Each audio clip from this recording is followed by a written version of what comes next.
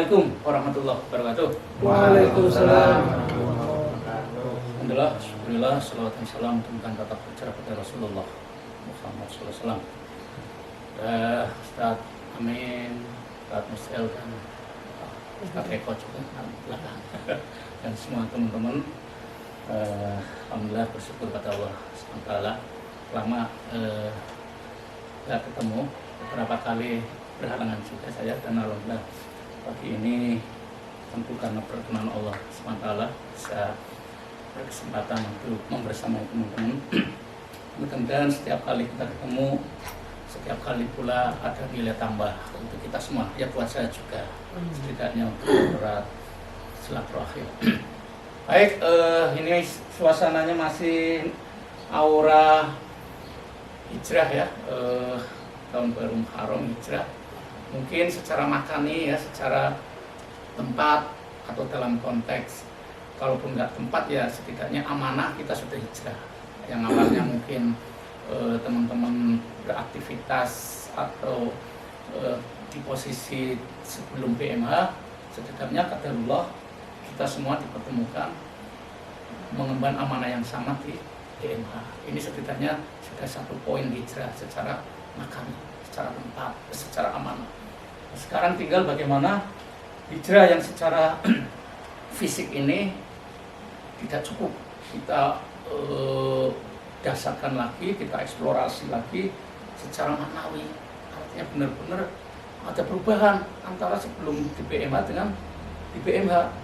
Bukan sekedar terkait dengan rutinitas kegiatan yang awalnya mungkin beraktivitas di tempat lain, kemudian berganti bertempat di PMH. Atau yang awalnya kegiatannya apa, sekarang kegiatannya apa, beda dengan setelah di PMH. Bukan sekedar itu, tapi jauh lebih itu adalah bagaimana hijrah secara pemikiran, secara spirit, secara jiwa, secara perasaan. Ini kita hijrahkan semua. Makanya di pagi ini sebenarnya slide-nya ya cukup banyak, tapi nanti sesampainya jam, nanti sisanya juga masih panjang, kita kesempatan ketemu. Nah, mengapa saya ambil tema ini, berubah atau gimana? Karena teman-teman semua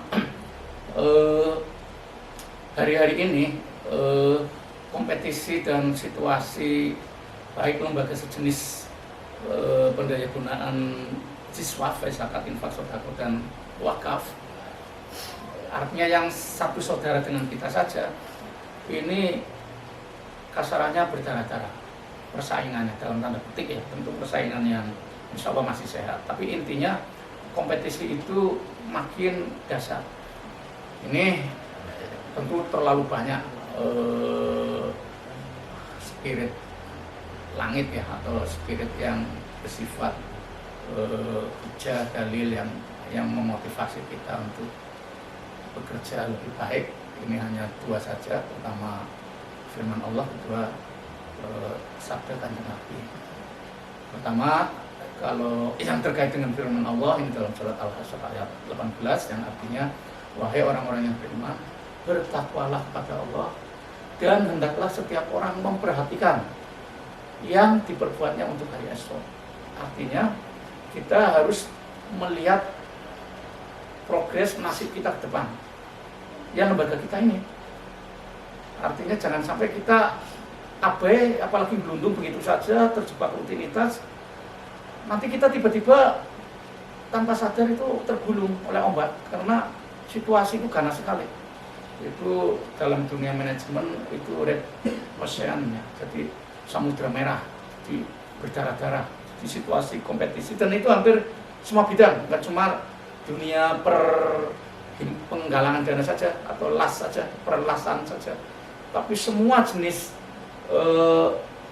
aktivitas kehidupan itu situasi kompetisinya makin berdarah-darah ke depan.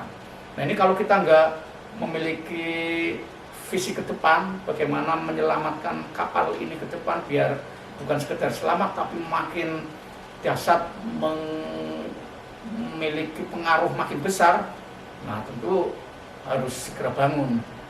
Termasuk juga sabda Rasul, sesungguhnya Allah Subhanahu wa taala mencintai jika seseorang dari kalian bekerja maka ia itqan ya. Itqan ini profesional lah, bahasa sederhananya, bahasa profesinya dalam pekerjaannya. Agar Baitul Mal Hidayatullah Jateng tidak sekedar on the track, artinya bukan sekedar tetap berada pada jalur yang benar, bukan sekedar itu ya, tapi juga memiliki cukup energi. Artinya nggak sekedar kita nanti di jalur yang benar, karena kalau kita kembali ke jalur yang benar tapi nggak punya energi, ya mandek aja, kayak ibarat kereta sudah di atas rel tapi diem aja, atau berjalan tapi kayak nggak menggairahkan, lemot banget, ya percuma. Jadi pertama memang kita memastikan harus pada jalur yang benar, itu memang harus wajib. Tapi jangan sampai kita hanya berhenti pada jalur yang benar, tapi pastikan kita nanti juga punya cukup energi untuk melakukan lompatan kinerja secara optimal dalam mencapai visi dan misinya. Nah, sebelum sukses aksi, ini ibarat pohon yang di atas menjulang, itu adalah apa yang tampak sebagai sebuah kinerja aksi kita. Nah, kita kalau ingin aksinya makin hebat, makin memberikan manfaat besar, pohon ini berbuah makin banyak, ini mau nggak mau harus ditopang oleh akar yang kuat. Nggak mungkin kita ingin tumbuh besar tapi memiliki akar yang nggak kuat. Itu makin besar malah makin medeni, pasti makin tumbang. Artinya kecepatan untuk tumbangnya lebih cepat. Maka itu harus diiringi dengan penguatan akar yang dalam bahasa organisasi sebagai konsolidasi ideal, artinya mengkonsolidasi, menguatkan hal-hal yang bersifat prinsip. Ini harus dikuatkan. Nah, titik tengahnya untuk ke atas bisa sukses, aksinya sukses, ke bawahnya kuat. Ini diwadahi, dikemas, dikelola secara terstandar sistemnya dan manajemennya profesional. Ini alat untuk mengemas, mengkombinasikan antara aspek yang mendasar dengan aspek yang pragmatis, aksinya. Ini dikelola lewat manajemen. Ini sebagai pengelolaan, artinya kemasannya, ya, artinya membuminya lah, cara ngelolanya lah, itu lewat itu. Nah, yang ini internalisasi ya, artinya pijakan ya. Ini pertama dikokohkan suprastrukturnya. Suprastruktur itu berarti jauh melampaui struktur, itu namanya. Jauh melampaui struktur, jauh melampaui infrastruktur, itu namanya suprastruktur. Jadi metafisik, jadi sangat spirit sekali, ya, sangat melampaui semua yang fisik, itu namanya suprastruktur. Nah, diantaranya adalah mengikuti kegiatan dan pembinaan dari lembaga. Ini penting sekali. Anggap aja diniatin refreshing lah, nggak usah terlalu mumet-mumet. Aduh, lagi enak-enak apa? Itu anggap aja itu refreshing lah. Minimal sekali jeda dari rutinitas lah, udah niatin itu aja lah. Kalaupun kayaknya niat yang jero-jero banget kok ketok sih durung mampu, ya niatin yang enteng-enteng aja lah, niatin refreshing, niatin jeda dulu dari rutinitas, artinya dari yang biasanya apa, ya cuma sebentar tok, itu apa gitu tok.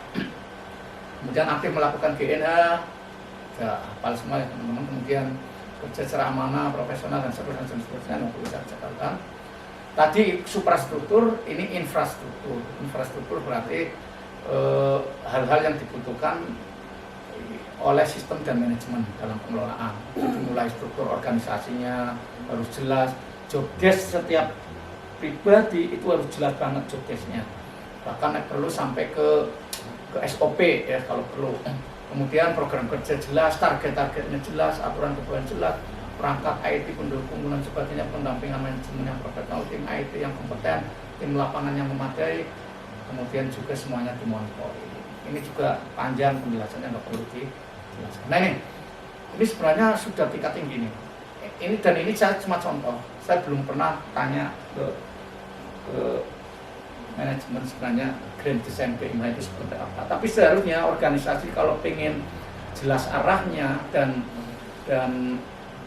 enak untuk ditapaki ke depan, itu harus punya grand design, apa gambaran besar, desain besar kita ke depan BMA itu seperti apa. Dan grand design seperti ini harus benar-benar bukan sekedar dipahami oleh manajemen, tapi juga seluruh tim itu punya pemahaman yang sama, punya imajinasi yang sama, punya semangat yang sama, punya cita-cita yang sama, sehingga nanti kayak menjadi gelora api yang sama itu. Soalnya kalau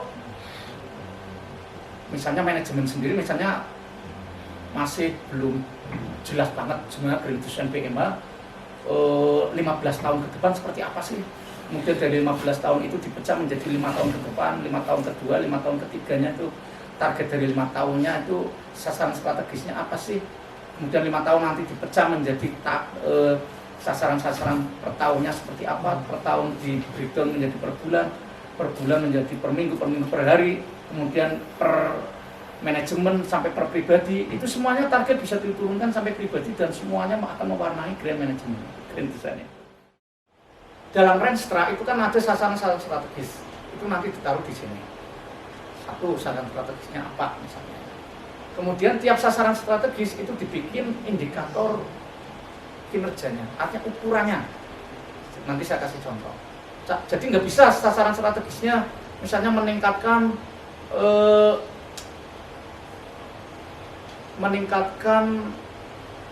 perolehan dana SIS misalnya. Terus sudah selesai, nggak jelas itu indikator yang dipakai apa, terus targetnya seperti apa di tahun 23 misalnya. Kemudian itu diterjemahkan lewat nanti inisiatif kegiatannya kayak apa. Nah itu nanti semuanya harus seperti itu. Contohnya ini. Jadi misalnya meningkatkan kompetensi pegawai misalnya ya, sasaran strategisnya salah satunya itu kan penting namanya sasaran strategis, meningkatkan kompetensi pegawai. Itu kan masih umum sasaran strategis itu.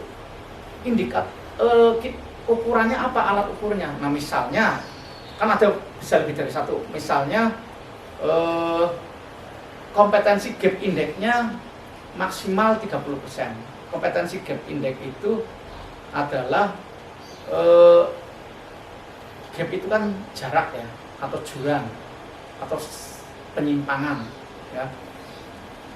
Kompetensi berarti kompetensi, artinya indeks penyimpangan kompetensinya itu maksimal 30%. Jadi pengertian gini, misalnya bagian marketing online misalnya dibutuhkan 10 jenis kompetensi, mulai bisa komputer, Office misalnya, kompetensi pertama, kemudian bisa bahasa program misalnya kompetensi kedua, kemudian bisa akuntansi atau ilmu marketing atau apa, pokoknya intinya dibutuhkan ada 10 kompetensi misalnya. Nah itu kan nanti oleh manajemen akan di review semua, mulai dari bagian marketing misalnya dibutuhkan berapa jenis kompetensi, bagian lapangan berapa jenis, kemudian manajer berapa, kemudian unit apa berapa. Nah itu misalnya 10 kompetensi dibutuhkan untuk jabatan tertentu, dibutuhkan keahlian 10 jenis misalnya. Ini gambaran umum saja teman-teman semua, yang intinya adalah organisasi ini, BMA ini harus mulai, ya tidak ada salahnya kembali ke titik nol. Artinya ke titik nol itu bukan berarti semuanya dikukut-kukut kemudian dimulakan secara fisik, enggak, tapi secara mental, secara pikiran, secara perasaan, secara apa itu kita melakukan review, kemudian menata ulang, memperjelas strategi ke depan seperti apa, kemudian terjemahannya seperti apa, ukuran-ukurannya seperti apa, target-targetnya seperti apa, target global secara umum seperti apa, target unit seperti apa, sampai pada target pribadi itu jelas. Itu dalam skala pengemban amanah, dalam skala waktu, target 5 tahun seperti apa, target tahunan seperti apa, target bulanan seperti apa, target harian seperti apa. Tergantung skalanya, semuanya harus disentuh semua.